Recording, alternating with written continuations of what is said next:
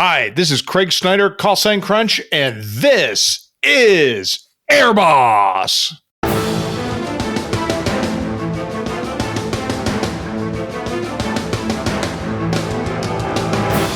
This is authentic.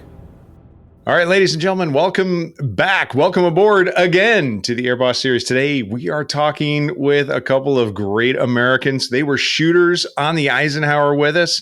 We got Bandcamp and Tank with us. Gentlemen, welcome to the show. Thanks, boss. It's great to be here. Yeah, Bandcamp, you first. Tell us, stand up, tell us about yourself. Sure. So Brian Abbott, call sign Bandcamp. Been in almost 20 years. Grew up in a tiny little farm town in upstate New York. No Navy around of any kind. I'll be perfectly honest. I was a big Star Trek fan growing up, and I realized one day that the Navy had a ship named the Enterprise, and decided that I wanted to be captain of the Enterprise. So started down the path of any typical navigator. Did 4 years at New York Maritime College, learning how to drive civilian merchant ships, and then went to flight school and got to be one of the chosen few to fly God's aircraft, the mighty E-2 Battle Hawkeye. Did about 12 years on active duty with God's aircraft, Grumman Iron Works finest, working with a big fighter with you guys there. And then one of the tours, obviously, with all of you out there on the Ike, which hands down one of the best tours to date still. And then been in the reserves for about 8 years now in my reserve gig. Just getting ready to take over as OIC of the Navy Reserve Det out at Fleet Readiness Center Southwest. And then my day job, I'm the safety officer at VX-20 here in Pax River. So still very much plugged into naval aviation and absolutely loving every minute of it. Awesome. Good to hear. Okay, guys. So I guess my first question is, we've got two different backgrounds. We're talking about tactical naval air versus maritime patrol, right? How do you end up as a shooter on a carrier? We'll start with Bandcamp. In my case, I had a little bit of a non-standard junior officer, a little bit of a non-standard JO background. So as happens a lot, the Bureau of Naval Personnel said, hey, you need to go do a Get Healthy tour and go into the boats, the best way to do that. So they said you could either go be there were 3 sets of shooter orders or one TAO or a set of orders, tactical action officer. And I wanted to stay generally in Norfolk because I had a house there already. And they said, how about a shooter tour on the Ike? And I said, okay, sounds good. So took the set of orders and I was off to shooter school after that. So fairly uneventful for the most part. Yep. Copy that. What about you, Tank? Yeah, so it's a little different for the MPRA Navy. I did my JO tour. I went to the FRS as an instructor there. And a shooter tour is generally seen as pretty desirable as far as MPRA. They want you to go there. It's the normal Golden Pass, so to speak. And so, it's either that or go be an ANAV somewhere. Shooter sounded like a lot more fun than ANAV. So that's what I picked. And I mean, that's essentially your only exposure to, what we'd call the real Navy, right? I mean, being on a ship or doing something on a ship, right? Yeah. I mean, the rest of the time you're loading that P3 up with furniture and raking in per diem. Well, that's it. I mean, Yeah. That's exactly it. 2 coffee makers and an espresso machine. He's like, yeah, I got everything I need. That's right. I mean, we've got a crock pot in the back and somebody's making food. Roll aboard suitcases. He's like, I'm ready for the airlines. It's all about this. That's right. Where are we going on debt? I have to check their Yelp reviews. The hotel only got 2 stars. No good. I think it's all good new to pal. That's awesome. So you guys, both of you guys, pilots. Well, in Bandcamp, you were an NFO, right? Yes, sir. And so we had, two guys from 2 different communities, and you show up at the ship. What do you know? I mean, Bandcamp, you've been shot off the boat. You've trapped. Yep. You're always in the back. Mm-hmm. And Tank, you've never landed on the boat before that.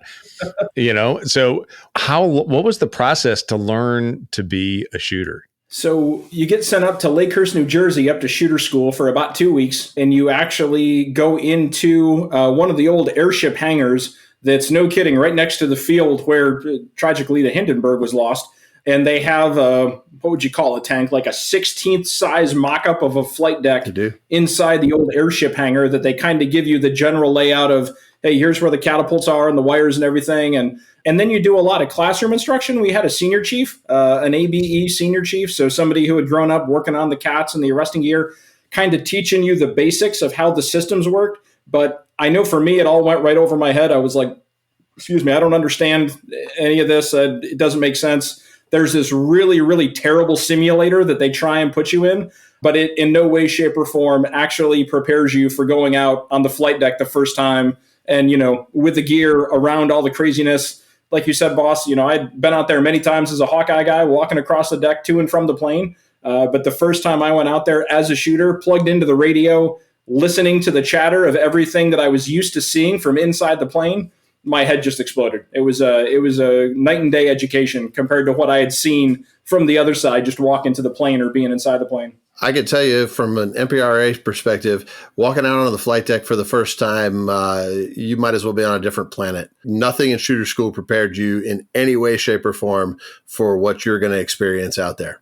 It was completely foreign. It's a good point. I remember when I would take guys out to the boat for the first time when I was in the training command, we'd take new pilots out there for their initial traps. And we brief them, we go, hey, I know you think you know what you're doing, but when you get out of that airplane, you're not allowed to do anything. You're not allowed to walk around. I want you to, when you're pre-flighting, I want you to keep one hand on the airplane and never let go, right? So that you never get too far away.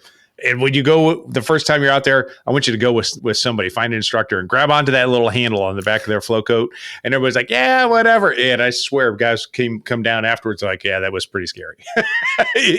Sometimes they didn't even know how bad it was. And they're like, they come down, man, you almost died. Oh, I didn't even notice. We had a flight deck chief in the Blue Tails, my first JO squadron. When we'd go out to the boat for the first time, he would always just grab onto the back of the aviators that were up there for the first time. Usually the JGs, Lieutenant JGs coming right out of flight school, and he would just grab onto the back of your gear and essentially walk you out to where you needed to go to make sure that you didn't inadvertently step somewhere you weren't supposed to. And there was a few times that he saved my life. That is completely valid. I remember I was a senior seasoned aviator. And I remember I only got more and more scared every time I went up there. I would be walking around and be like, all right, I would be more concerned about foul lines as the older I got than I did when I was younger, I swear. And especially once I became an air boss, you look down and you're like, there's so many hazards everywhere that you don't even realize that are out there when you're a young aviator or a new guy or a new shooter. I know we're doing the audio, but I still have my holdback fitting for my very first cat shot off the George Washington. It was February of 2006. First time I got shot off a boat. Yeah, little Hawkeye barbell there. Yeah. Absolutely, sir. I got one off the Ford when we were doing ACT testing a couple years ago, too. Speaking of your airplane there, band camp, you got the spinny choppy two versions, right? You got rotary wing trying to kill you, and then you got those great big blades spinning on the E2. Absolutely. Then you got to worry about exhaust. Then you got to worry about planes just flat out running you over, which unfortunately I've seen happen. Yeah. And then the flight deck itself, between whether it's slick in the rain or catwalks, stairs, open hatches, right? Just stuff, retracting wires coming back at you. It's a minefield. Shuttle catapults moving around. I mean, it's almost endless, the number of things that are trying to reach up and grab you. And that doesn't even count stuff like stab and weapon pylons, et cetera, right? Just knocking you in the head or a tie down chain you trip over, especially at night. None of that stuff's lit. I remember watching a show on the Discovery Channel about 15 years ago, and they said that it was like the 10 most dangerous jobs in the world. And they said working on the flight deck of an aircraft carrier was like the 4th most dangerous job in the world. Well, what were 1, 2, and 3? Yeah. Surpassed only by the crab guys. Yeah. Yeah. Oh, okay. I think like an oil rig worker out to sea was like somewhere in there. And I think crab fisherman was something else. And I'm honestly failing at what the other one was, but some of the stuff that we're kind of used to thinking about. Oof. All right. Well, I'll tell you what, for the listeners, let's shift gears a little bit and let's start talking about the process of how we go about shooting an airplane. I mean, you guys, basically the shooters, you guys are kind of the quarterbacks, if you will, for the catapult as you're getting ready to launch an airplane, right? You got a whole bunch of people working the catapult. You got yellow shirts and green shirts and blue shirts out there, all doing their job, and you guys are doing your thing. There's a lot of process. There's a lot of things that lead up to that. Let's walk the listeners through the process, starting all the way back in flight deck control at the very beginning before we even get ready to launch an airplane. Yeah. So the flight schedule during the day is broken up into a series of events. we'll say event one, let's say, I remember our second deployment there when we were over in Afghanistan, we usually have like 16 or 17 planes on that first event of the day. And the crews from each one of those aircraft would come down to flight deck control and drop off a weight chit, which was just a little slip of paper that says what kind of plane they had, what squadron they were from, and how much the plane was going to weigh. And then as the shooters, we would collect all of those for each one of the aircraft on that event. And we would kind of do some number crunching and figure out, okay, based on all the different aircraft we have, here's the most amount of wind that we're going to need over the deck, and we have to make sure we don't get less than this amount of wind over the deck, kind of calculate a window to work in. And then we would send that up to the bridge, as Tank said, so they knew how fast to make the boat go and how much they couldn't slow down. And then we would also send a copy up to you guys in the tower, so you had an idea up there as boss and Minnie. And then we would take that out to the flight deck, and as that would come into play during the event, as all the different kind of planes would come up, we could reference that wind chit and know about what the wind should be as we were getting ready to shoot that plane. Why does that matter? So it matters because if you don't have enough wind over the deck, plane needs a lift to go flying, right? And the cat shot gives them a pretty good kick in the pants to get them airborne, but you still need a little bit of lift when they get to the end of the cat stroke to be able to help them go flying. And if there's not enough wind, they can do what they call settle off the cat, which is basically where it literally looks like they're sinking off the front of the ship. So that wind over the deck helps to make sure that the aircraft have what they need to fully get up airborne and get on their mission when they hit the end of the cat stroke. All right. Well, cool. So basically you get out there, you're checking the winds, you go, hey, this is what I'm expecting for winds. I know this. I go out to the catapult, and now I know based on what those winds are, I use that basically as an input into my launch bulletins, right? Yes, sir. Yep. Yeah. So you got these big giant books. Go ahead. Correct. Yep. And the books are split up, by each type of aircraft and set up into, I'm trying to think if I remember correctly, with like the Hornets and the Super Hornets, they had a split up by certain loadouts too, I think, depending on what kind of weapons they were carrying, because depending on how heavy the planes were, specifically, again, in our case for Hornets and Super Hornets, would dictate whether or not they were going to be a military power shot or a combat rated thrust shot, CRT, which basically meant going into afterburner, whether they were heavy enough that the pilot was going to need to turn on the afterburners when they went flying. So that weight chit and the amount of wind over the deck, we would go into those launch bulletins and figure out, okay, based on how heavy the plane is, based on what kind of plane it is, how much wind we have over the deck, how hot or cold the physical catapults themselves are, and we would come up with a number that they would dial into some control panels within the catapult system and basically control how hard of a shot the pilot was going to get when they hit the launch button. Right. And, Flash talked about it in a previous episode, but each one of those catapults is uniquely different. It is. Right. So Cat 1 and Cat 2, Cat 3 and Cat 4 on the same ship have different numbers. Yep, that's correct. Did you ever get confused? I think the most I got confused, it was actually the very first day I was a qualified bow shooter. So the very first time I was able to shoot by myself without an instructor, we were shooting in the bubble, and I went up there, and I think it was a Hornet that they were sending up to Catapult 1, and I went into the bulletins and started looking at the numbers, and I had run off the bottom of one page, so I went to flip the page to get the next set of numbers, and it wasn't there. And I started panicking, and I'm flipping, and it's not the page that I'm looking for. And it was before both of you guys got out there. Booger Ryan was the mini boss at the time, and I'm starting to panic because I know we're getting ready to do this launch, and I forgot the general rule of always sound cool on the radio, and I keyed the mic and said, "I've got too much wind over the deck." And I distinctly remember the audible pause on the radio, and then Booger, the mini boss, calling down and going, "Well, figure something out." And on a back channel radio, he called the guy who was the top cat at the time. He called Brittany and said, "Hey, go down to the bubble and help Bandcamp." And so Brittany came running in, and we figured out what it was. Actually, is I was looking at this page, and I was looking at one page expecting to flip and see the numbers on the back side of it. Well, somebody had put the bulletins in backwards. So I actually just had to flip the opposite direction, and it was there. but I was in such a rush and such a panic at the moment. My first day shooting by myself that I didn't even think to, hey, just look the other direction. But first time shooting by myself, and I failed the sound cool on the radio test.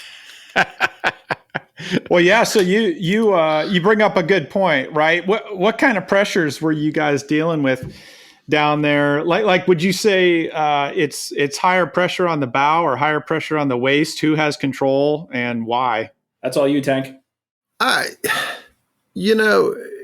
wouldn't say that there was greater pressure on either one right off the bat.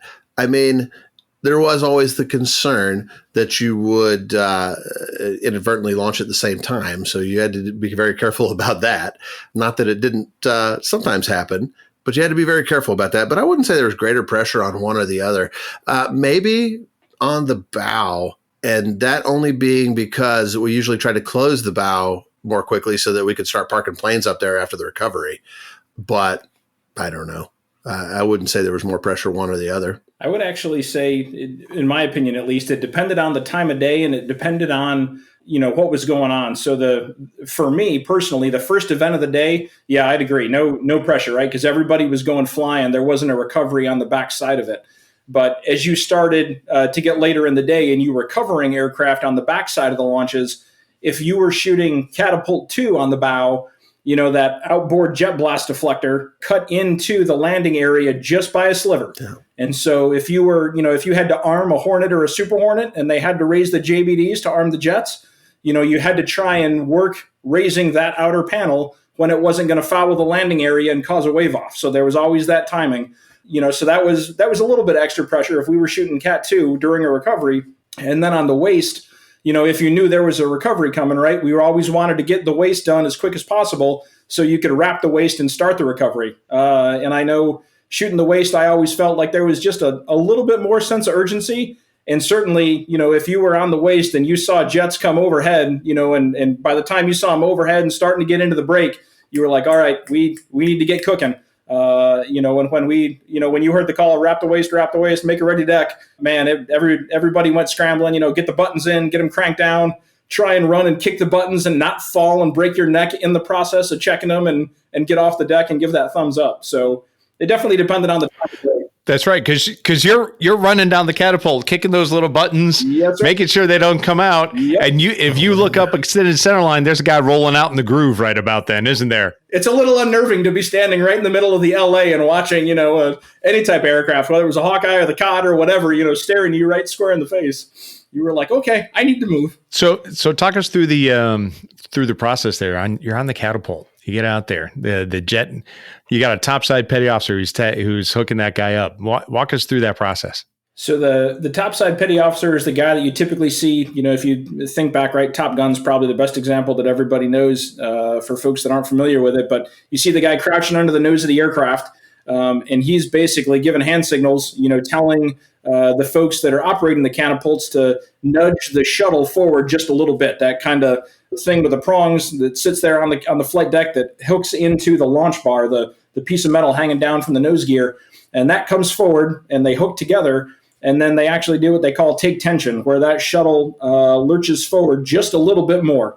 And there's a metal bar on the backside of the nose gear that they set in place called a holdback fitting that does just that. It holds the airplane back as the launch bar is trying to put it into tension and pull it forward. And so they take tension and kind of set the plane up on the catapult. And then that topside petty officer will do one final check looking fore and aft, and he'll run out and he'll give a thumbs up to the aircraft director, who will then tap his chest and pass control over to the shooter. And from there, the shooter taps his chest, signaling, hey, I've got the aircraft. And then you're off to the races, running through the run-up as a shooter between you and the pilot. Okay, so you've got the guy, the yellow shirt taxis him forward. He helps direct it in. Topside petty officer's down there. He's kicking the launch bar in. Boom, it's in there. Gives you the little signal. It gets pushed forward with a little hydraulic pressure, right, to drive the shuttle forward until it really engages the launch bar. Holdback's in position. Everybody's ready to go, and then you said the topside petty officer passes it off to who? The aircraft director. Okay. Who's the one that had initially, taxied the plane forward onto the catapult, told the pilot how to line up on the catapult. and then the aircraft director will then pass control over to the shooter for the shooter to take over the rest of the launch evolution. Great. Let's pretend that you're topside, right? You're shooting topside now, not in the bubble. So what do you do? This is the exciting part. What's going on? Well, you after the top side passes control over to you as the shooter, then it's really when you get to do the best part of the job. You'll tap your chest, indicating, "Hey, I've got control. It's on me now." So the pilot in the cockpit is going to be 100% focused on you. Before, he was looking at the aircraft director to know what to do. Now he's looking at you as the shooter. So 100% scope locked, and that's when you'd see the shooter put their hand in the air, 2 fingers, and start waving their hand back and forth, basically indicating military power, or start running up your engines. And that's when you'll see, you won't see the pilot doing it, but you'll hear the jet spool up as they push the throttles up.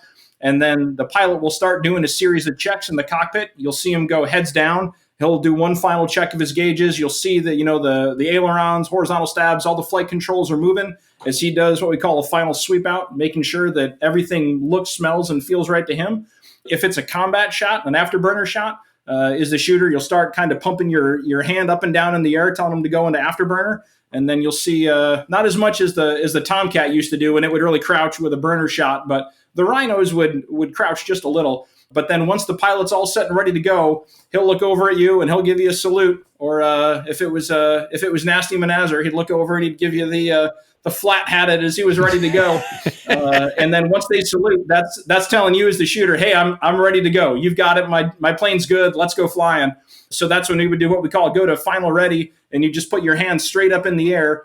And then you'd kind of do one last check around the flight deck. So you were looking down the bow, making sure you had a green light, everything was clear forward. You were looking over at the deck edge at the enlisted person that was actually pushing the launch buttons in the catapult, in the catwalk, making sure that there was still a green light at the little control panel by them. So it was lights, winds, crosswinds. You were checking the Mariah, the wind indicator, where your center deck petty officer was sitting next to you on the flight deck. There was a little repeater showing you what the headwinds and the crosswinds were on the ship. Lights, winds, crosswinds, thumbs in the back, making sure the final checkers near the back of the aircraft were crouching down and giving you the thumbs up, saying, "Hey, everything's good back here." Lights, winds, crosswinds, thumbs in the back, thumbs in the front. That was the aircraft director that he had a thumb up, indicating that everything looked good from him. Lights, winds, crosswinds, thumbs in the back, thumbs in the front, head steady. You were looking back at the pilot one last time, making sure that they were not shaking their head, because if you looked up and they were shaking their head left and right, that meant there was something wrong and they wanted to suspend. So it was lights, winds, crosswind, thumbs in the back, thumbs in the front, head steady, deck steady. And that's usually about the time that I would crouch down, do our cool little straight out shooter stance. And I would put my finger on the deck and I would kind of do one last sweep and make sure that there wasn't a lot of pitch up or down to the flight deck. And then once I verified that, the bow wasn't really going up or down, it was head steady, deck steady, fire. And that's when I'd bring my hand off the deck and give the fire indication there to the deck edge, to the petty officer over in the catwalk.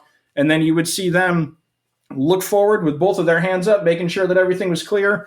They'd look back, make sure that everything was clear aft, and then they'd actually lean down, hit the fire button, and then come back up, and there'd be about a 1 potato delay, and then we'd be off to the races and the jet would go flying. I always used to laugh when the deck edge would raise his hands like that, and he'd hit the button and put his hands back up, almost like, "I didn't do it, wasn't me." What if you had a pitching deck that is not steady, right? So you got significant pitching deck. I know we had some of those out there. Then what are you up to? Then it was definitely, much like a lot with shooting, it was definitely much more of an art than it was a science. You would try and time it. If you had a lot of pitching deck, you would try and time it to hit the launch button right about the time the deck had hit the bottom of the swell and was just starting to come back up. So ideally, the jet would be hitting the end of the cat stroke and going flying as the deck was coming back up. You didn't want to launch them to where when they got to the end of the catapult stroke, they were going to be staring at a wall of water because the deck had pitched down. So you tried to time it that way. Didn't always work because, Mother Nature is very unpredictable, and sometimes you would just get rogue swells. But if you timed it perfect, you would wait till about the deck got to the bottom of that pitch and then launch them, and hopefully they'd be flying up by the time the deck came back up. And in your guys' experience, tank, is this an all-weather Navy, or do we only go flying when it's nice out? Oh, it's an all-weather Navy for sure. I would say that we absolutely, and one of the things we sort of didn't talk about was the other option is we can either shoot up on the deck or we can shoot from the bubble. If it's an all-weather Navy, we did prefer to be in the bubble if it's pouring rain out there.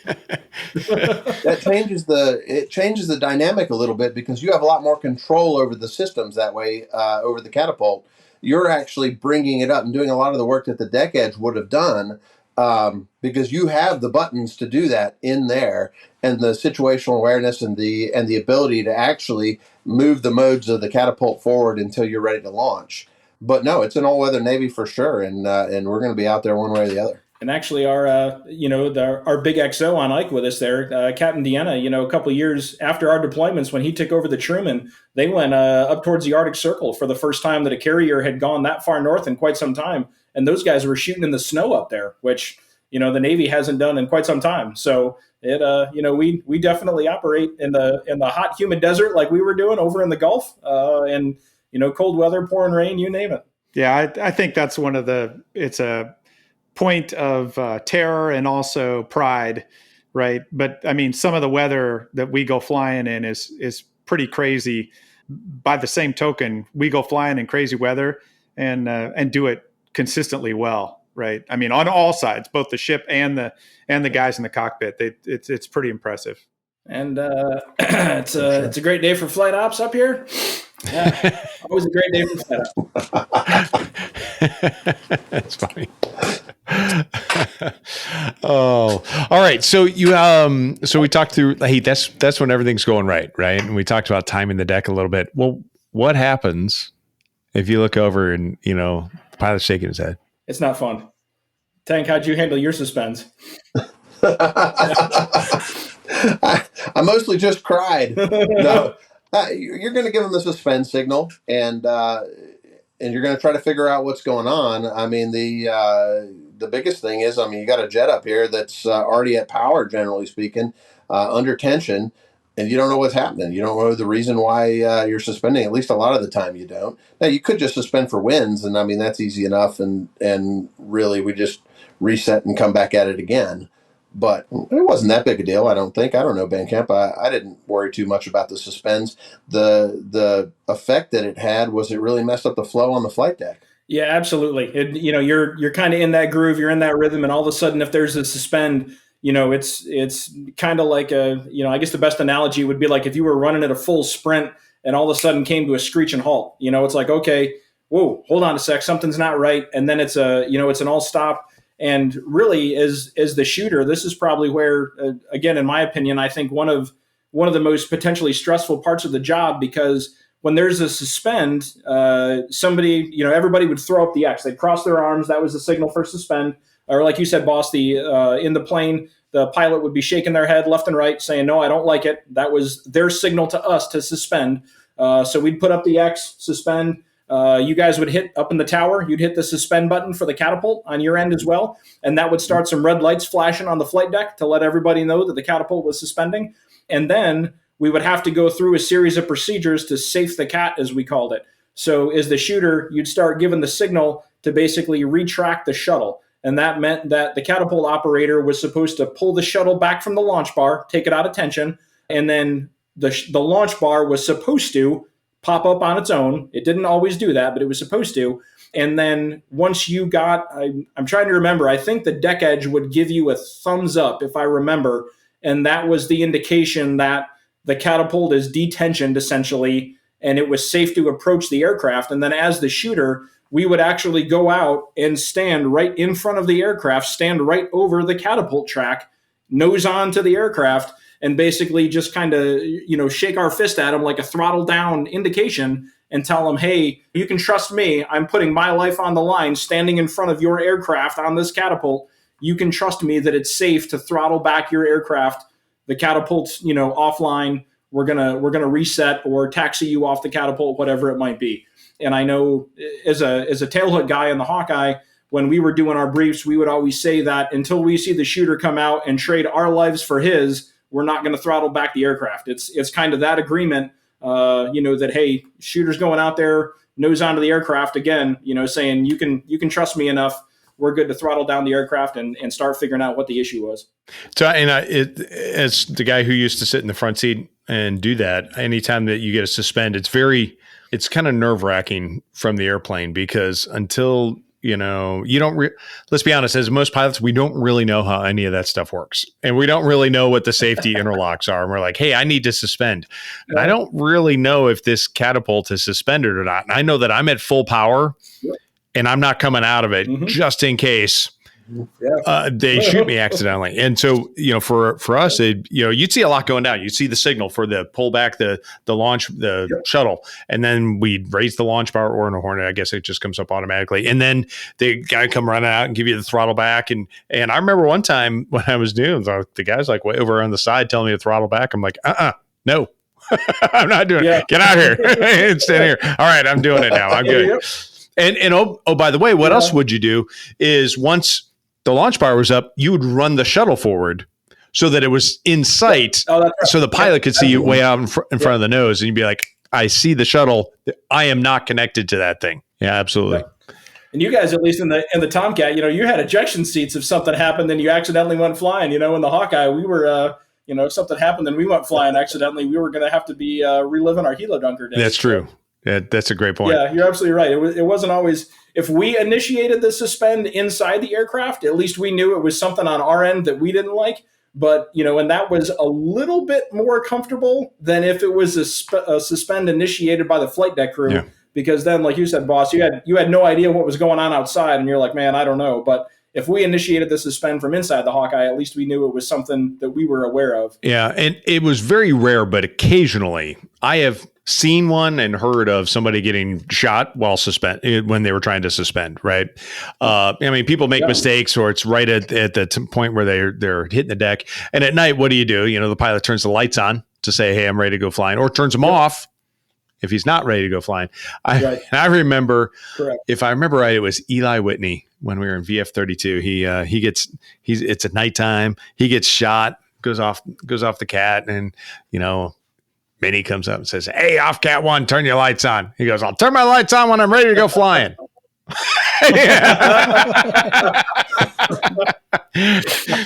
I'm pretty sure it was him, but I don't remember. But it was like, oh yeah, he wasn't ready to go, and I think he was trying to suspend, and they shot him. He was like, well, I'm flying this airplane now, and I'm just fighting it.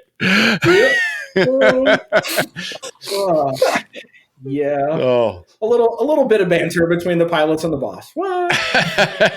That's right. So you guys talking pilot stuff reminds me aviation trivia, right? When you watch a Rhino or a Hornet guy go off the front end, right? He salutes. He does his wipeout. He salutes you guys, and then his left hand goes on the throttle, and his right hand goes where?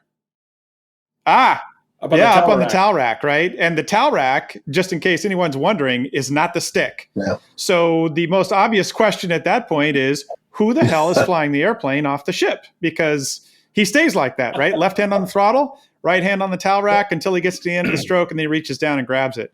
So the answer to that trivia question is, he's got a couple onboard computers that are flying it for him.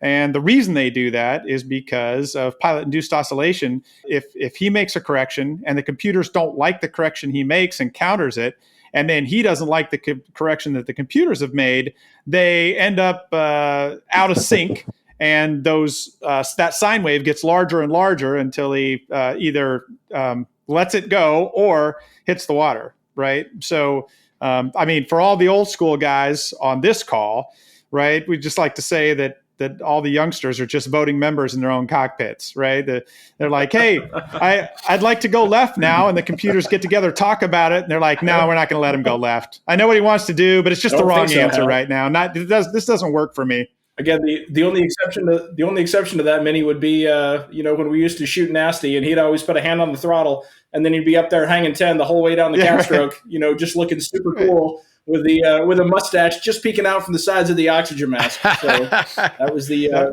epitome of coolness on the cat shop. So it reminds me of a story. So what you say about the pilot putting the hand on the towel rack is true for a Hornet or a Super Hornet. Right. It's not true for anything prior to that. Right. And when I remember my very first cat shot was in an A4 Skyhawk. And going back a few years. It's a couple of years. It's true. But in any case, so I'm in this A4 Skyhawk. So I'm on the cat, and they tell us in the simulator, they go, hey, what you're going to do is you're going to go forward. You're going to go into tension, forward, back, left, right, kick the rudders left and right. You're good. Wipe out the controls. You look at all your instruments. Looks good. Look at the shooter. Give them a salute. They're ready to go. Now at this point, oh, by the way, you're in that airplane, you had a throttle grip. So it was a little handle that on your left side was right in front of the throttle. So you grabbed onto that so that you couldn't, during the shot, if you pulled you back, you didn't pull the throttles back. So it stayed up. So you put your hand there. And your right hand, I distinctly remember this in the simulator, the instructor going, okay, all you're going to do is you're just going to place your hand behind where the stick is. Right about, put your wrist right in front, right on your chest there, and put your hand out and just be ready to catch the stick, and it'll be in the perfect spot for a rotation. Like, all right, sounds nice and casual. So I give my salute. I reach down, I put my hand right in front of my chest. Okay, I'm ready to go. I hit that shot, boom, and the stick goes firing back, whap, and it buries itself in my survival vest between like the flares and my mask hose. And I'm screaming down the cat, and the stick is buried in my chest, and I'm clawing at it like a cat going, I can't get the stick out. I can't get the stick out. And I go off the front end and I go, it's a full-on Cobra maneuver. The nose is like 45 degrees nose up, and the mini's like, rotate off the cat. You're too high. And I'm like, I know, I got it. And then I'm like, okay, I'm flying away. All good, sir. I meant to do that. Air show. I never claimed I was ready to do. I'm like, holy crap, that was not what they told me it was going to be like. But I'm ready now. Hooks down, downwind. This wasn't in the recruiting video. They said I was going to have fun in port in the Philippines.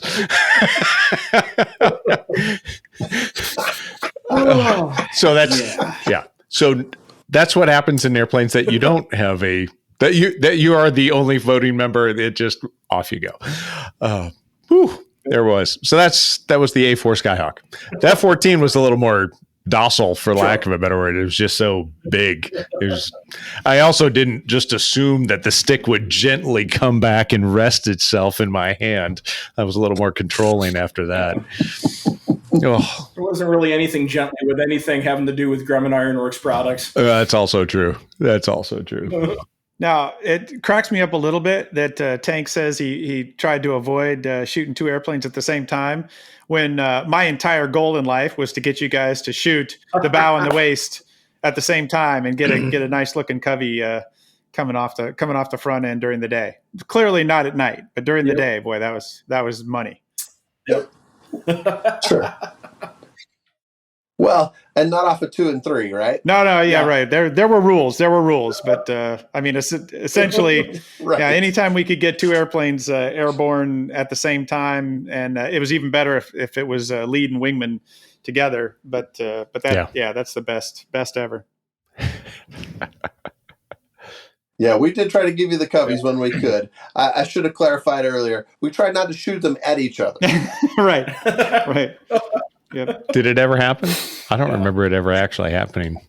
It probably has happened somewhere at some point in history, but I'm completely unaware of it. Yeah.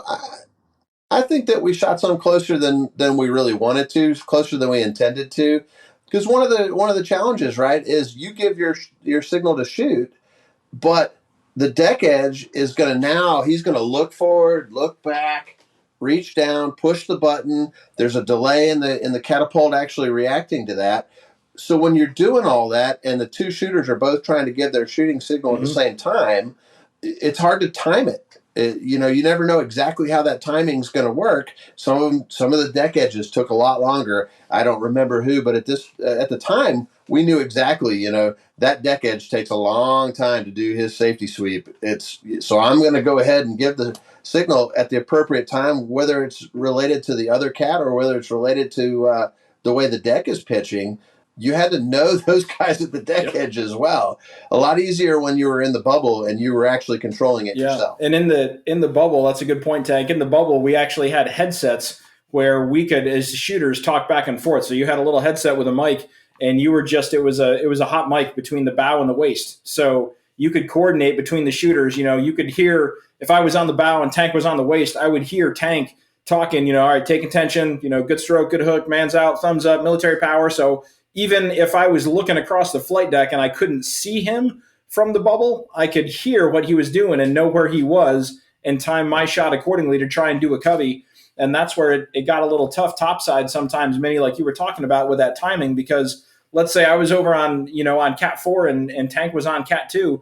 If I had somebody on Cat 3 in between us, I might not be able to see Tank over on the bow. And so you're trying to, dip, dive, dodge, duck, and dodge around the jet parked in front of you to be able to see, where he's at and what hand signals he's doing to be able to try and match it up. And I know sometimes that's where we would just kick it up to you guys in the tower and say, hey, call my hook, or, give me a rundown of where they're at, because you guys had the better view up in the tower. Or like same thing when we were talking about, on Cat 2, having to put that JBD panel up in town.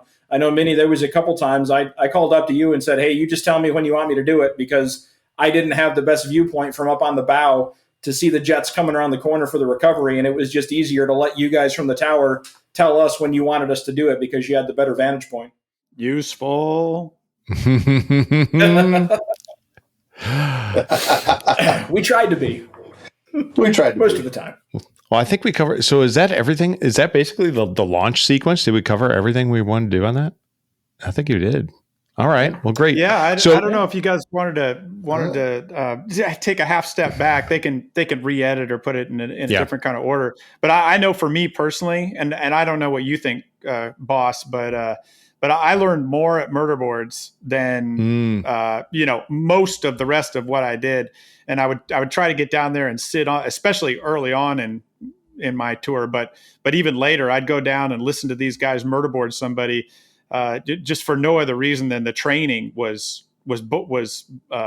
top notch, right? And well, you guys, whoever was getting murder boarded would try to bribe the board, grab some goodies, and bring snacks. Oh yeah. You'd go down to the S5 Divo and try and see if you could talk them out of a case of Coke Zeros or something like that or whatever for a few bucks on your cash card. Cookies. Yeah, it was like Halloween there. Every murder board, everybody was decked out with plenty of food and drink, and then it was just brutal. I mean, the questions, non-rapid fire and every detail that you can imagine. I mean, it was tough. And that was usually like on a no-fly day. So you're sitting there going, "Hey, I got the day off." No, not so much.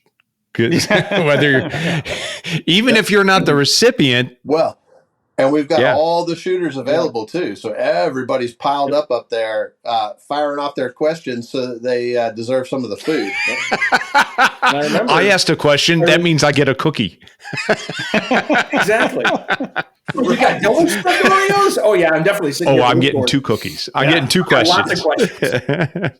Yeah. How long did it take you guys to qualify? Assuming I know that there's, because you have to do a certain number of events. If we're not flying, it takes you longer.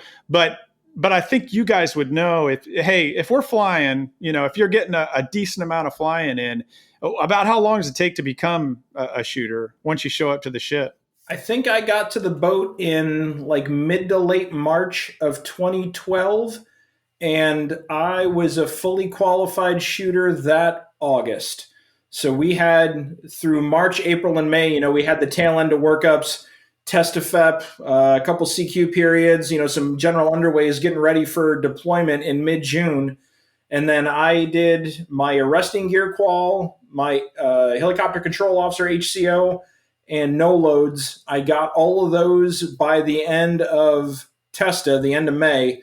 And then we left on deployment in mid-June. I was bow qualified by, I think, like mid to late July. And then I got waist qualified about a month later. So I think like if somebody joins the boat, like right at the beginning of deployment, let's say, probably about, what would you say, Tank, 4 months maybe? 4 months, I'd say that'd be pretty ambitious. I think you could do it in 4 months if you were working hard at it and shooting all the time. Yeah, and that's a good point. A lot of it is how much you want to do, right? Because a lot of it is learning by watching. So if you're going out to 3 or 4 events a day and, sitting next to the shooter and learning and watching, or going up to the tower and, watching the boss and the mini and what they're doing and the HCO side of stuff, you can knock out the quals fairly quick. But if you're just like, I'll go watch a couple events today, it can stretch out for a little bit. So some of it's certainly how fast you want to get qualified. We also had folks from other ships. They might be in the shipyard or in a different part of their workup cycle, come out to us and work as shooters on our ship, or you guys did the same, so you could get qualified. So when they get going to sea, they're like, hey, I'm fully qualified. I just did it on another ship. And you also, and so those guys would be out there for 3 months, right? They'd do 3 months at sea with us. Yeah, they would. Yeah. And then you had, and for some of those guys, it was pretty good because they didn't have any kind of other job to do. So their whole job was to just go out and get qualified.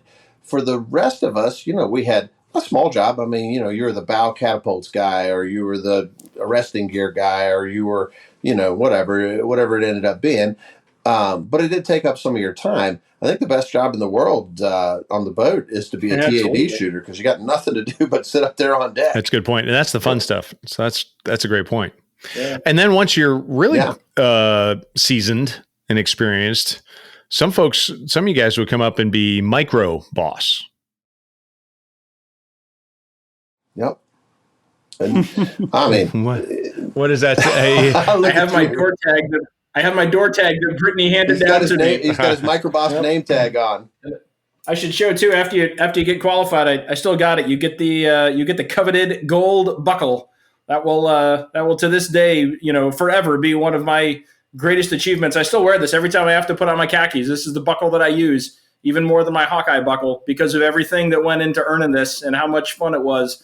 I still wear this buckle every time I got to put on my khakis. The gold buckle with crossed pistols on it.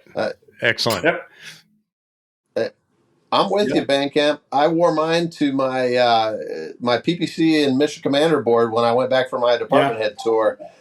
Much to the disappointment and upsettedness of my skipper at the time, who thought I should have been wearing a squadron belt buckle. And that was really kind of my point. Was it is not an insignificant thing. It's you don't just show up and then a week later you're like, yeah, I'm a shooter. I mean, between ground school and really the OJT and the PQS sign-offs and the murder boards, it is a very significant curriculum. And kind of rightly so, right? The amount of trust that's required and the fact that you've got a bunch of people, not just you and the pilots, but a bunch of other people's lives in your hands. It's a critical job. Yeah. What else you got there? Let's. I'm sure there's a couple stories. Well, I mean, I think the elephant in the room is, probably the physics equation of what happens when jet exhaust is intermixed with the forward velocity of an oversized tricycle sitting on Catapult 3 next to a fully loaded combat shot Super Hornet. And that's a real-time physics problem that, when you try to calculate it out, come to find out the skipper of the boat really doesn't like it when you try and do that on his flight deck. So we learned that the hard way. There may have been a decision error in there. I can honestly say I'm probably one of 2 people to ever race Top Gun style an F-18 down the catapult. So the backstory was we had been tasked as the shooters by the Big XO, second in command of the carrier, to make a change of command video for the skipper of the carrier. So what we're really saying here is, I just want to be clear, this is Big XO's fault. This is Blade's fault. Absolutely. All right, just getting that out of the... Yep, we told him you should not let the shooters make a video. That it was a terrible idea. That's right. Yep. I like that. It's Blade's fault. Yep. The decision making really started at the top. Yeah. And so I remember Tank and Scooter and I were sitting in the media center on the boat, kicking around ideas for the video with a little, I think we was an MC3, and I can see his face, but I can't think of his name. And as we were kicking around ideas, somebody said, it'd be cool. We should get one of those MWR tricycles from the hangar bay on Sunday Fun Day and race it next to a jet, Top Gun style. And somehow we all decided that, that might actually work. That actually sounds pretty cool. And the little MC3 looked at all of us and he's like, I'm the only one that thinks this is a bad idea. Okay. So if I remember correct, and Tank set me straight here, we decided we were going to do it. And boss, I think I called you in the tower. Yep. And started to try and explain what we were going to do. And I said, hey, we want to take this tricycle, set it out next to a jet, and get some footage for the change of command video. And I remember you asked a couple questions. You're really understanding, like, hey, you're going to bring this tricycle up. Where are you going to bring it up? How long are you going to be out there? Who is it going to be? And some general questions. And I remembered I answered them, and you said, okay, sounds good. Just be smart about it. Did I use those words? Something to that effect. I don't exactly remember. Those sound like good words. In retrospect, I'm not sure I used those words. Comes down to knowing your audience sometimes. Yeah. Like I said, I don't exactly. Maybe it was "Don't get me fired." I don't remember, but.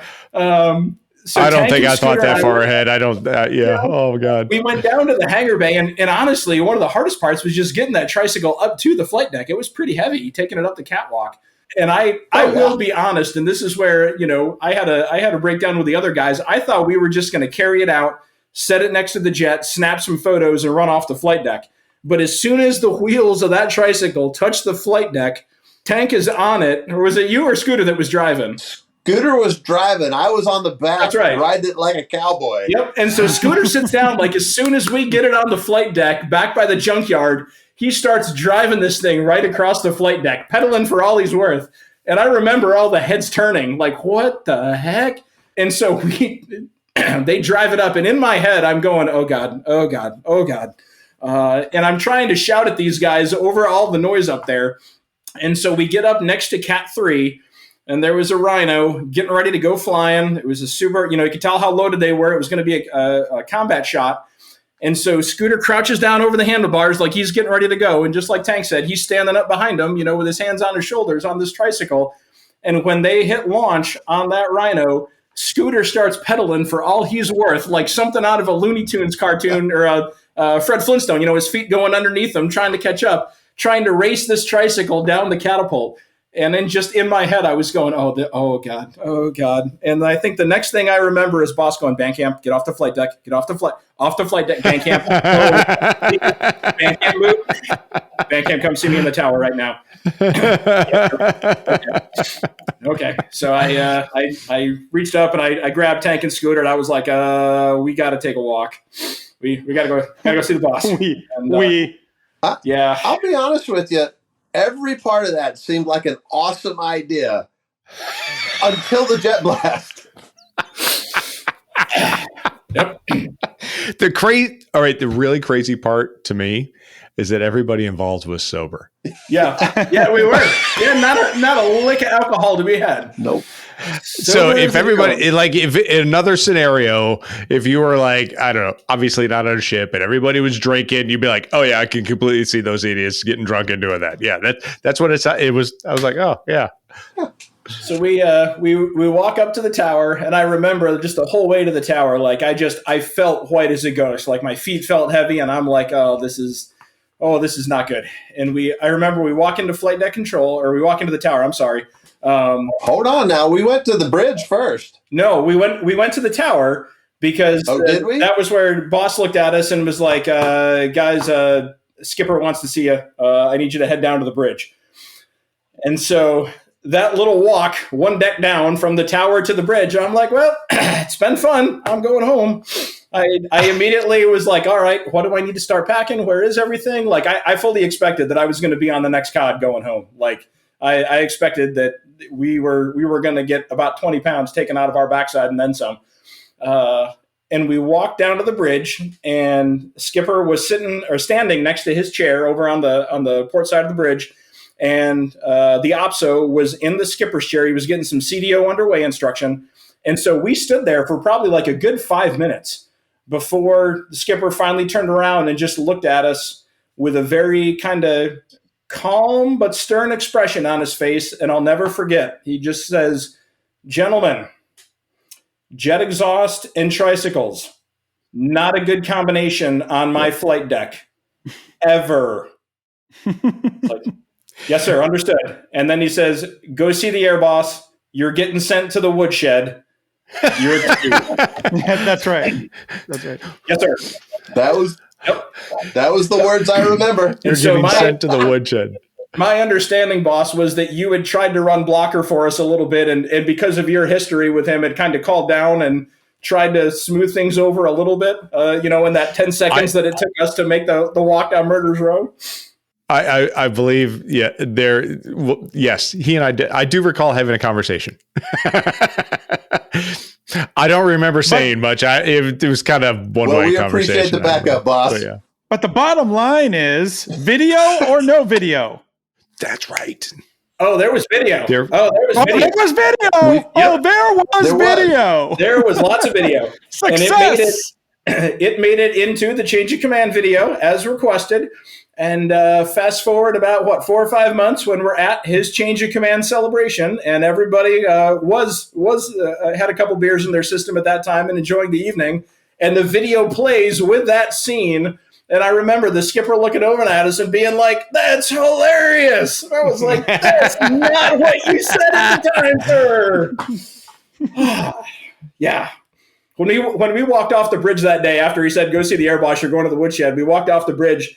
And I remember I stopped right there, in the little area by the ladder well, and I just leaned up against the bulkhead, and I had to catch my breath for a good few minutes because I was I damn near passed out because I saw my entire career flash before my eyes and was fully expecting to get told, "Go pack your bags because you're going home. I'm yanking your qualls, doing whatever." And I went the complete opposite direction, and I was just so relieved and a myriad of emotions all at the same time that I was like, "Whew, I got to take a second here."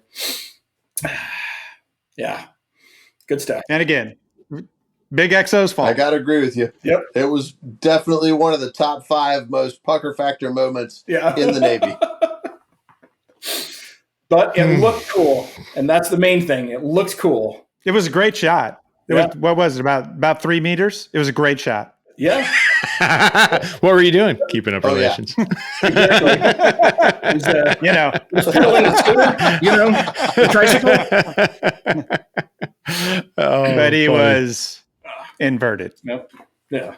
Thankfully, we did not go inverted on the tricycle. That would have been a bad day. We were lucky. That would hurt. There'd be definite road rash. Definite road rash. Inverted tricycle, jet exhaust. Oh, it'd be painful. So is that the best part about being a shooter? Was the camaraderie, the stories, the nonsense, the fun? Absolutely. I say nonsense in the best way. I don't mean nonsense, but you know what I mean. The shooter tour is still, as I come up on 20 years in, the only tour where I still talk to everybody, from my core group from that tour at least once a month, if not more. And that's not just like us as the shooters, Boss and Minnie, chatting with you guys, probably at least about once a month, we're going back and forth, whether it's saying happy birthday to something or talking about sailors that are still in that got promoted or, something flashes up on Facebook memories and somebody comments it, it was such a great time. It was pretty grueling, right? Because when we left in June, we were supposed to leave in August of 12 for a 9-month deployment.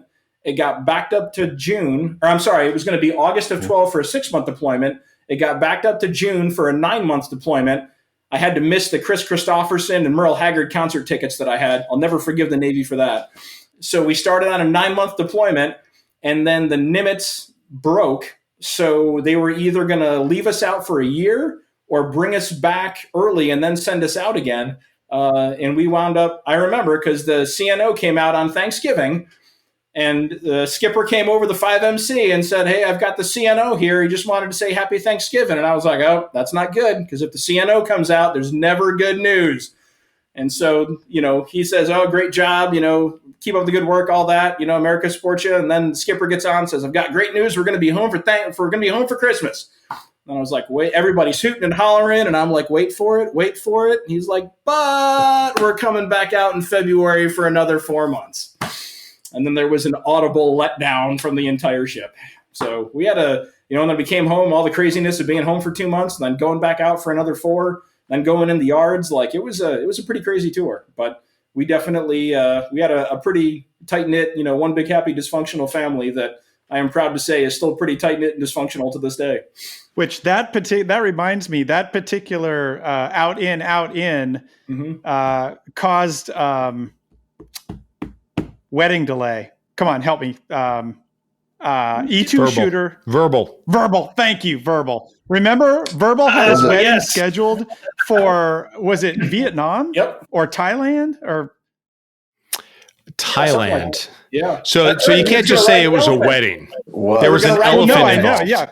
Yeah. Right. There were elephants. He was going to ride elephants at his wedding. I remember that. Yeah, and he had to go. Remember, if I remember correctly, he had to go get permission from the Dolly somebody. Yeah, right. That's right. Which took quite a bit of time because that individual was going to pick his wedding day, right, to make it the best possible wedding that you could have, right? Yep. But then we had to redeploy, so he did, and then. And he told his fiance, hey, look, we can't have the wedding, and this caused big problems with her family, right? So eventually he gets it moved. Then he has to go back, and they have to select a new wedding day, and the new wedding day that they select is skipper's change of command. So then he has to get special permission to miss skipper's change of command so that he can go sit on an elephant and get married in Thailand, right? I mean, that's right. I forgot about that. That's probably why he was so distracted that day. He was shooting the waist and made that radio call that said, "My SA is low, but I'm shooting anyways." That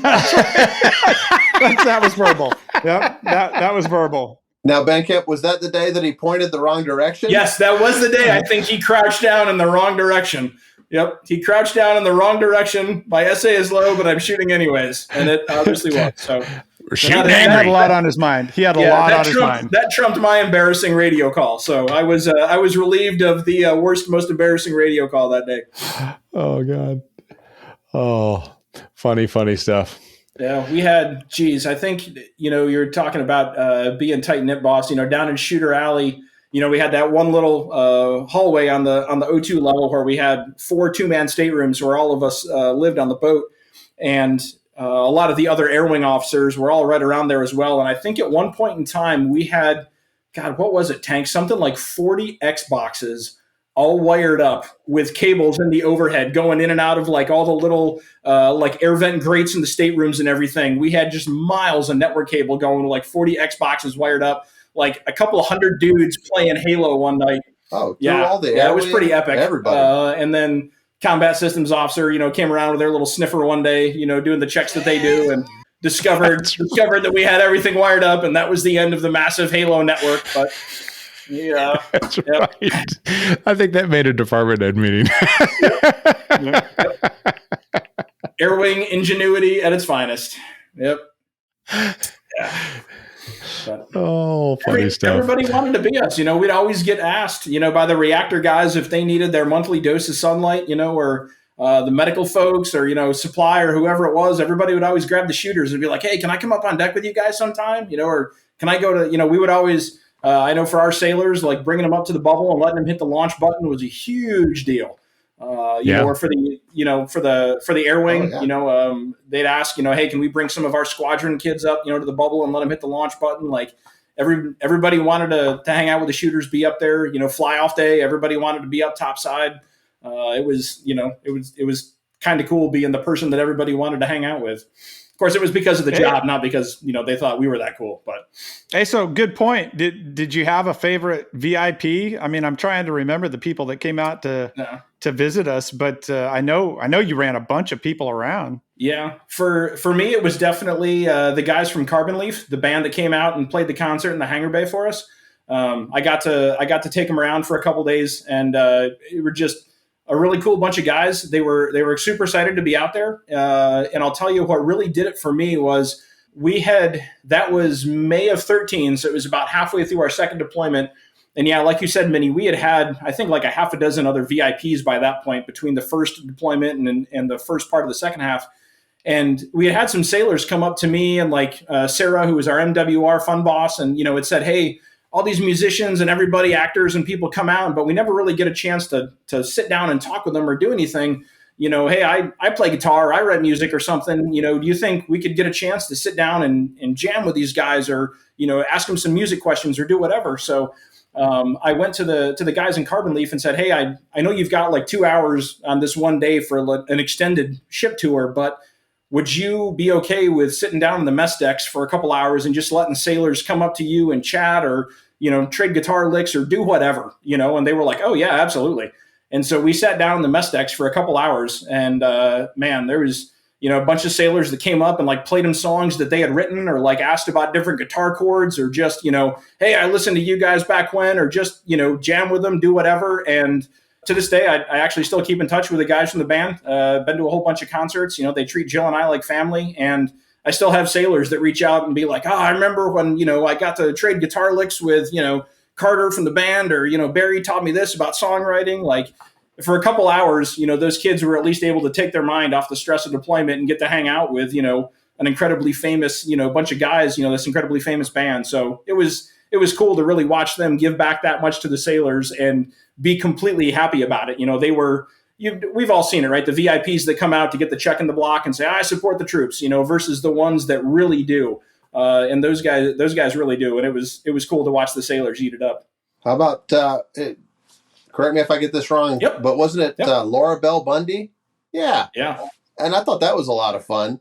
Although running the various sailors off of hanging outside her room was a good time. Yeah, her and her dance entourage. They did garner a following wherever they went.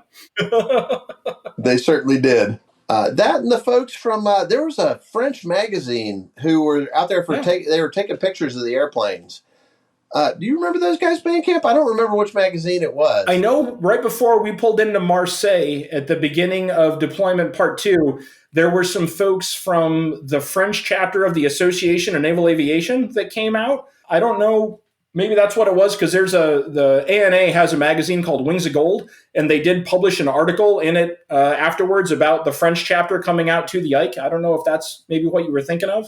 I don't know. They were publishing a book, and it was one of the few groups that I actually spent a lot of time with, and I brought them out on the deck, and we took a whole bunch of pictures out there. I thought it was a magazine, but maybe it was the ANA. I'm not sure. I know we had a kind of a who's who of obviously who the military VIPs are. I'm pretty sure Secretary Mattis came out at one point in time when he was CENTCOM actual. I never got a chance to meet him, but I think the first deployment, I think he came out to the boat one day. Jeepers. I'm blanking on, we had so many VIPs. I'm blanking on all of them now, but yeah, those are the ones that stick in my head for sure. It was always fun taking the MPRA guys who came out. Oh yeah. Out on the deck, because they felt the same way we did on the first day, absolutely lost out there. Yep. And then if you could get them into the deck edge, when they were launching off the waist, it was an awful lot of fun, especially, was it the Prowlers? Oh yeah. How loud they were. Yeah. So, and I forget, who did we have out there? We had somebody out there who was, he must have been almost 7 feet. And you should have seen him drop when that thing launched past him. Well, and I guess, as you say, Minnie, not, VIPs in their own right? When we did the Tiger Cruise at the end of deployment part 2, I think that was pretty awesome. I was able to bring my dad and my little brother out, and, my dad's an old Vietnam Army artillery guy, so coming out to the flight deck of a carrier was just mind blowing for him. So getting to bring family out, guys being able to show their, brothers, sisters, whatever, what they were doing, and getting to be around that every day. And, especially for the young sailors being able to show off and do what they do and everything. That was a lot of fun. The Tiger Cruise, for as much, chaos as it was, bringing all those folks on and packing them in wherever we could fit cots and racks and everything else. It was pretty cool being able to bring families out and give them an up close look at what we do. Yeah, I concur. Tiger Cruise was awesome. Lauren and Dan and Kyla just had an absolute blast and got to see some things that I don't think they appreciated, when they were little, but it was nice. They got a chance to come out as adults. So it was awesome. Yep. And they got to see the sketchiness of fly-off day and how much we duct tape planes together to get them airborne to go home. Sometimes you had to fly those. Yeah. I remember, I would always take, I think I did a tank to you and Scooter once, or like, some of the PA guys or guys that weren't used to being on the boat. I'd walk them into the hangar bay the night before fly off, and I'd say, make a note of all the planes that are in pieces right now. And I said, just remember that about 12 hours from now, when you see those jets sitting on the catapult and the pilot's looking at you going, yep, I'm ready to go. It's kind of like in hot shots. Hey, just off your left wing. I'm fine. I got another one. You lost your right motor. That's all right. Left one will get me all the way home. Pretty sure you're thinking height fluid. No, I'm good. Let's go. Shoot me. It doesn't have to be mission capable. Just fly exactly. Get it home. Get it off the ship to get it fixed. Yep. I just got to get enough wind to get me up, and I can glide in. I'll be good. Cool. Now, speaking of good stories, how about the F-18 that took a piece of the basket down one of the engines, ended up with a fuel imbalance and then running out of fuel and dropping in the water? Now, of course, that was a terrible day, right? And I'll never forget it. I was down on the mess decks for whatever reason. I hear over the brick that I need to come up, or that somebody needs to come up and be an arresting gear officer. I go running up there, tearing up there, and I watch the guy go in the water. But the funny part of the story was the helicopter out there for the search and rescue asking you guys if he could land first to drop off his riders before he went and picked them up. It wasn't that, but he comes up and he's like right off the ship. And we're like, what are you doing? Go get the guys out of the water. Well, we need to drop some guys off. We're like, no, go get them. Right. Get them out of the water. They're literally down aviators in the water. Yeah. We're like, we're too heavy. I'm like, ask. Yeah. Yeah. He said, no, they were, so it wasn't that they were too heavy, right? He said that it was against regulations for him to pick anybody up while he had passengers because he was coming from one of the small boys. That's what it was. So he had like one guy and we're like, you have room for 2 human beings in your airplane? Yep. Right? Yeah, we do. Well, then go get them. Right? You're not going to touch this deck unless you have 2 aviators inside your helicopter. That's right. I'd forgotten that detail. I remember them doing that, but I'm like, get over there and get those guys. Good night. I'm pretty sure everything can be waived in the Navy. You're fine. Understand the regulation. Go get them anyways. Yeah, that's right. Yep. Yeah, we had. Yep. Let's face it. If that's your job today, being the search and rescue guy, you might want to go do some search and rescue. But he's like, that's not my job. I'm a log guide today. Yeah. Well, the funny thing is, I think he was supposed to be playing guard. No, he was playing guard with the person there. He was. Yeah. He was absolutely the playing guard, and he was out picking up a passenger on a small boy. The small boy was close. I can't remember whether it was a cruiser or a destroyer, but it was very close. It was within 5 miles of the carrier for sure. Yeah. Very close. Yeah. And he had just lifted when we were like, hey, whoever, 710 or 710, go. We've got aviators in the water, blank, blank, blank. And it was off. It was on our starboard side, obviously after the ship. By the time, a couple minutes had gone by or whatever. So we had lost sight of them. We couldn't see them anymore. And so we're assuming that the helo is headed to them. And he popped up, almost out of nowhere, crossing the wake over on the fantail, and then stands it on end, kind of like when they do for air shows and they're trying to drop seals off or whatever. And we're just like, hey, what negative? What are you doing? It's like, we're dropping off our passengers. No. You got 2 more to go pick up. Yeah. That was that's probably one of the most incredible things I've ever seen in the Navy was a live ejection. And again, thankfully both guys were fine and those seats did their jobs and they actually walked out of the helo to the protestations of the medical personnel, but they didn't. They wouldn't let him put him in a stretcher. But that was. In fact, I just saw a captain the other day out on Ford. He's a commander now, works for Car Group 4, who was the Wizzo at the time, Gilligan's Wizzo. Jeez. And, so I got a chance to chat with him again. Wow. Well, I think that's one of those guys got hurt their hand, I think, didn't they? So had to go back off. Had to go home. I thought it was Gilligan. What? I think so. So actually, I don't remember. I'm not going to say I don't remember. Yeah, I do remember. We don't want to speculate. Somebody did, but I can't. Somebody got hurt. Somebody had to go home, and I don't remember the details. Yeah. Right. Yeah, and I think that's a testament, Minnie. Like you were talking about that. You saw a live ejection. We lost a jet, but thankfully everybody was okay. Despite all the craziness of those two back-to-back deployments. The schedule. All the stuff going along with it, being in the Gulf in July, hottest part of the year, everything, flight deck being what it was, when we finally pulled back in for good in July of 2013, we still had everybody that we had left with, Air Wing, ship's company, the whole 9 yards, we didn't lose a single sailor. And not always the case, unfortunately, in what we do in aviation. And I know I certainly breathed a huge sigh of relief, from you guys' end, right? Being in charge of the largest division on the ship. For Tank and I as divos, you got young sailors that are out there working every day in a pretty dangerous environment, and being able to know that everybody's walking off the ship to go home and see their families was pretty incredible. And I think a huge testament to the professionalism, as much as we joke around sometimes or, say about folks trying to skirt the rules, the fact that everybody came home at the end of the day is a pretty good testament to the team that we had out there. I agree. Well said. Yeah, definitely well said. Mm-hmm. All right, gents. Well, this has been an amazing conversation. I really appreciate you, Flash. I'm sure the two of us we've been doing this thing, and one of the first things we said is we got to get Tank and Bandcamp on here. Actually, I think those were Flash's words. Got to get Tank and Bandcamp on here. I can't believe you haven't said that. I'm like, it's down here on page 2. He's like, no. Move that up. Thank you for the input. Now we got to go back and listen to the other episodes. I feel bad. Well, we haven't put them up yet, so you'll get them shortly. We're going to go all at once. But in any case, thank you very much, guys. I appreciate this. This has been amazing. I'm hoping that this little piece for our listeners is their little Tiger Cruise on a podcast, and that's hopefully what we got here.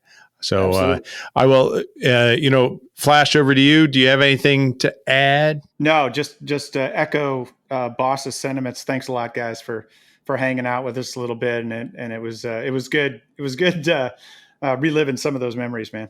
MRTE. That's most rewarding tour ever. Oh. Most rewarding tour ever. That's what they tell all the P3 guys before they go out. I know we're wrapping up, but there was a poster that went around the shooters, and it was the 6 stages of the life of a shooter, of an Ike shooter. It was specific, the 6 stages of an Ike shooter. It was like, day one, you show up, oh, this is awesome. It's going to be great. Most rewarding tour ever. I'm going to be the best shooter, have so much fun. And I don't remember all the specifics, but basically it went through like, oh, this isn't quite so much fun. Oh man, this is terrible. I don't want to be here. Get me out of here. I'm getting off the boat. I'm going home. Hey, most rewarding tour ever. It was awesome. See you later. Oh, that's funny. Awesome, guys. Well, thanks for coming. Thanks for having us. And to all our listeners, thanks for listening. Yeah, all right. Thank you. Out. Thanks for listening. This is Air Boss, an authentic production.